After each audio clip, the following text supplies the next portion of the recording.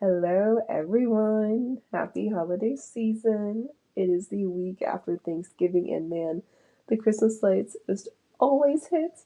They're so pretty. Sometimes I take the scenic route going home from my job, usually only during the holidays, and I feel like I have the best view because I get to see Christmas lights. Comment your favorite part of the holiday season. I love knowing what you guys consider your favorite. I'm a big foodie and a chronic baker, but Christmas lights are like artwork.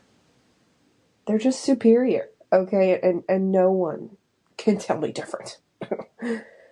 I was feeling more creative this week, and there's been a massive rise in tarot readings online in the past few years. And I feel like they've probably really steadily climbed over the last decade online. So I thought to myself, why don't I help you guys with a few ways to discover a divination that's really meant for you? I know if you're watching this, you've seen at least one tarot reading online, but haven't you thought about what it would be like if you could read tarot cards or use a pendulum or discover a way of communicating with the divine that's more personalized to you? Not that tarot isn't personal, it absolutely is, but it's also the most mainstream one. And maybe you've wondered before if there's another way to communicate with the divine that fulfills a deeper connection within you. Have you ever thought about that? If you have, that's great. And if you haven't, that's also great. This episode is still full of great advice if you're willing to listen. And don't worry, this is literally the best podcast you'll ever listen to, so you'll love it. Are you guys ready? Let's get into it. Hi, honey. How are you doing? Are you ready for us to explore how to choose a divination? Now, I want to clarify something first, as I usually do with my podcast episodes. And that's exactly what a divination is. If your understanding of a divination is using a pendulum or reading tarot cards or reading candle wax, every single person is correct. According to Merriam-Webster, let me read this. The definition of divination is the art or practice that seeks to foresee or foretell future events or discover hidden knowledge, usually by the interpretation of omens or by the aid of supernatural powers. This definition is very inclusive of a broad range of practices, not just one. So keep that in mind. I believe, deep in my soul, there is a divination for everyone who wants to practice. And today, we're going to help you find what works best for you, or at least give you some idea of what inspires you. So your question now is probably, what divination is best for me? Well, great, keep listening, because this is what we're getting to. If you're a consumer of divination across social media, what do you typically watch? What divination have you consumed the most of? Is there a specific reader you watch? If so, do they only partake in one type of practice? As in, do they only read tarot cards? Reflect on what you've consumed the most of, okay? Also, if you've watched different types of readings, then which style of reading has been the most profound for you? Has there ever been an online reading where later you have been blown away by its message or accuracy? Think about that for a second. Spirit has a way of surprising us even when we don't think they can. And discovering what divination is best for us may be more simple than you think. Another way to discover a divination that really connects with you is you can look into your lineage. If you're aware of where your ancestors originated from, as in the state, the country, the territory, or continent, look into what has been used as a common practice of divination there. Where do you feel connected to? look at a physical map, a globe. If you have to go online, look at Google Maps. Look at a map. Okay. And just breathe. Where do you feel a pull to? Remember, think of a divination. Think of your question, which divination should I practice? When you look at that map, you'll know if that divination is for you, not based on logic, but with your intuition. I want to mention this here, as divination is a way to communicate with the divine. I haven't ever pushed to learn a divination that I didn't think I wasn't meant to learn. So I'm not going to pretend to give you a reason why you shouldn't do that specifically. I am going to tell you though, if you feel as though the divine or source is guiding you to learn a specific divination, then I'd call that a lesson in faith. The divine knows you inside and out, and there's a reason they want you to learn it, okay? Trust this.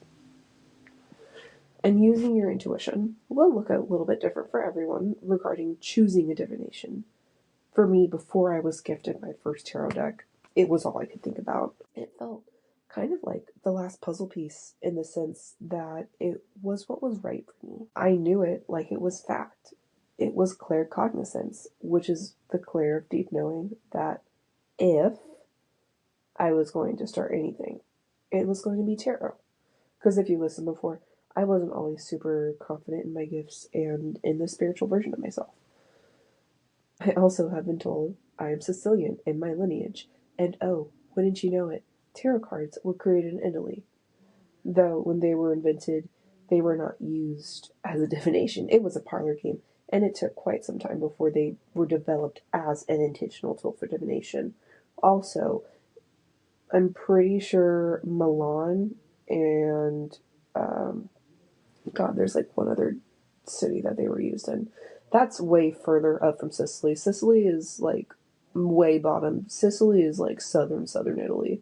A third way to discover a divination that is meant for you is if you are someone who feels a strong connection to their past lives, specifically on this planet, and you are able to tap into any sort of metaphysical practice, then I'd look into what you've done before in your past life if it feels like a fit for you. Remember what I said earlier about pushing for a divination that you don't necessarily feel called to do? That's what I'm talking about. Don't do it.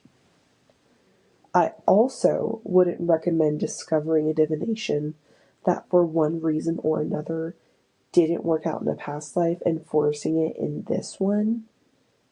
They're kind of riding the same train. And it's not to say that maybe you tried tarot cards in your last life and it didn't work, and in this life you shouldn't do it because of it. That's not what I'm saying. I'm saying that if you maybe don't know why you weren't successful in your past life with a specific divination, and you maybe don't feel called to it in this life, but you want to try it, don't force it. That's what I mean. If you are one of those people who do feel a connection to your past life and know that you tried tarot cards last time, it didn't work out, it just wasn't meant for you, but you feel a intuitive pull towards it this time, I would say that's a green light. That I would say go for it. Okay?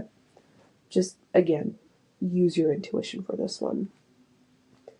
If you feel a connection, a pull, a fascination, or like a deep wonder to a divination, those are appropriate signals that your intuition is pulling you.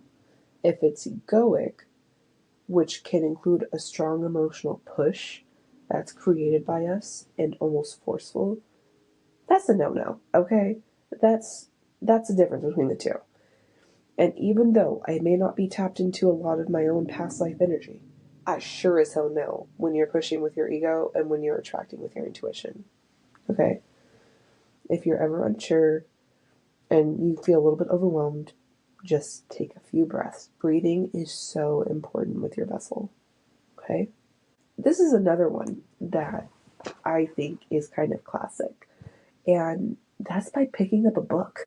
I know, it doesn't sound sexy at all, but hot people read, guys, okay? Get off your damn phone and read. It's intentional. And if you are someone who, for one reason or another, cannot read a book, I'm not talking about you. An audiobook is perfectly acceptable if you cannot read a physical book. I'm saying if you can read a physical book, then you should. And there's a book I want to specifically recommend. It's called The Complete Book of Divination, your definitive source for learning predictive and prophetic techniques by Richard Webster. An audiobook is perfectly acceptable if you cannot read a physical book. I'm saying if you can read a physical book, then you should. And there's a book I specifically want to recommend, and it's called The Complete Book of Divination, your definitive source for learning predictive and prophetic techniques by Richard Webster. That's a hell of a title, guys. I'll link it below. This isn't like an affiliate link or anything like that. I just want to make life a little bit easier for you. The story behind this was I found this book in a metaphysical shop in California when I was visiting a friend, and the weeks leading up to this trip, I had really loved the idea of buying a book that had and covered multiple divinations within it, because I was interested in multiple divinations, right? And there's plenty of divinations that have their own books, but like, oh my god, if I had a book for every divination that this book covers, I would have a lot of books. And frankly, I don't want that. Like, that's kind of a waste. That's not what I need. Anyways, I'd known about tarot for a while, and I didn't want to commit to so many other books, and the universe sent me this one. How crazy is that? Manifesting, woo! And I recommend this book because it covers 31 separate divinations, not extensively, but it does mention the basics of them. For some of them, I don't remember if it gives much of a background to them, but it's got some that I've never heard of before. I was able to figure out my life path number from this book as well. There's tea leaf reading in here. There's quite a few, but it's not a super thick book. Something else to mention is if there's a book that your intuition goes crazy over after you've set the intention to discover a divination and it only covers one topic, you need to follow it. That's a pretty clear, plain as day sign from the universe or whoever you feel you are working with the most that that is the book they want you to read. And if all else does not work, and I mean, take some time between them, okay? Your answer may not come immediately. Do a search on the internet. The internet's so interesting to me. The concept of us having something that's so easily accessible that it takes almost no effort to find what we want. Crazy. I believe in my soul, everyone is going to find their divination in a way that makes sense to them. I personally avoid the internet as much as I can at work, in my free time, and if I can be off my phone, then I am. But I also know there's a lot of people who do not operate like me. I have a feeling with these new generations, should they choose to not completely get off social media, will have much more patience with the negativity of the internet. Search for what your gut tells you. The internet is full of countless divination practices, and I'm sure if you cannot find one that resonates with you anywhere else, the internet is a great last resource. I just don't push it first because, to me, the internet's very simple, it's very easy, and it's quick. It doesn't take a lot of effort or thinking. It's just a simple search. Now, you may put a little bit more effort behind this search, right? Because you're thinking, what should I type in? What divination is best for me? Popular divinations. You're thinking of something that's more personalized to you, but after that, we don't have to go to a library, pull a book off the shelf, go figure out where this book is located in the library, find the author, see if it's checked out, see if someone else has it. You know, that's very intentional, and this is intentional too. but we'd be lying to ourselves if we said this was just as much work as the library. Because this is now what the internet is being marketed for, is being very simple, very easy, right? So I want to mention this because me personally, I stay the fuck away from it. I mean, I have my moments. I'm Gen Z. Like, I grew up like with the internet. Now I'm very much like fuck it, fuck the internet. Like, I want nothing to do with it. And I mean the internet as a whole. Like, I mean technology. Period. It is amazing. It's a great tool. It's great that we have it, but there's time and place for things. This is a tool. I think we need to start treating it as a tool and not like a hobby. Anyways, that's my little internet rant. This entire process, regardless of if it is from a book, your lineage, what you've consumed off the internet, maybe inspiration from your friends, regardless, don't stress. This whole process could take some time. Just because I'm marketing this and stating that this can be a timely process doesn't mean it will. There was a long period, I want to say it was like probably a year before I got my first tarot deck. I think no more than 6 months. No more than 6 months if I'm doing this math correctly. So 6 months from the initial like, oh, okay, yeah, like I want a tarot deck, to actually getting it, right? 6 months can be a long time to some people. 6 months can also fly by to someone. Everything in divine time, okay? Especially if this is something you really want to do, to be intentional with any of them. Go ahead and do some research. With whatever you choose, this is going to be an entire other episode. I want you to make sure that what you are participating in is either an open practice, or if it's a semi-closed practice, you need to do more research on that. I'm not going to list what divination and ways of communication are sacred or protected, because there's so many and I only know like a handful. So I'm not going to say something semi-closed or closed when it's open, or state that something's closed when it's technically semi-closed.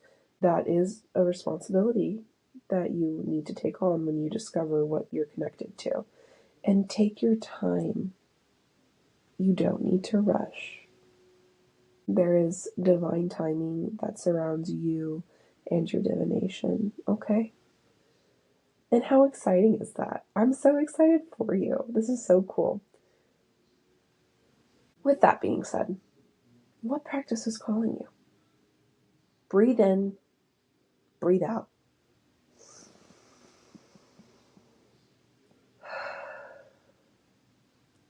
I believe in you. And go ahead and comment. Tell me what you're going to start doing in the comments. Using any of these methods will get you an answer. Maybe not immediately. Like I said, these things can take time, and it's going to be different for everyone. And even though I didn't mention it, yes, you can also just buy a tarot deck when you get paid and start there. I am someone who is going to tell you, hey, maybe let's think about this. Just because you're acting in swiftness doesn't mean you're acting in alignment. Those can look like the same thing. It's not always the same thing. Regardless of how you choose your divination, you are going to have so much fun. Now, since I know this podcast helped you, because you're over here sitting, deciding and Googling how you're going to start communicating with the divine and your guides, and since we both want this community to grow, go ahead and share this episode with a friend. Go to little share button, click share, share it with family, share it with friends, share it on Instagram, Facebook, your cousins, your aunts, your uncles, your grandma, your grandpa, and anywhere else you do social media. Like, share it everywhere. This community is going to be massive. I know it. And I am so excited for the day I get to talk with everyone in the comments on multiple platforms where we can each grow and learn, and that won't happen without you sharing. So, until next week, may your days be filled with gratitude and love. Happy, beautiful holidays. I will see you next week. Bye bye.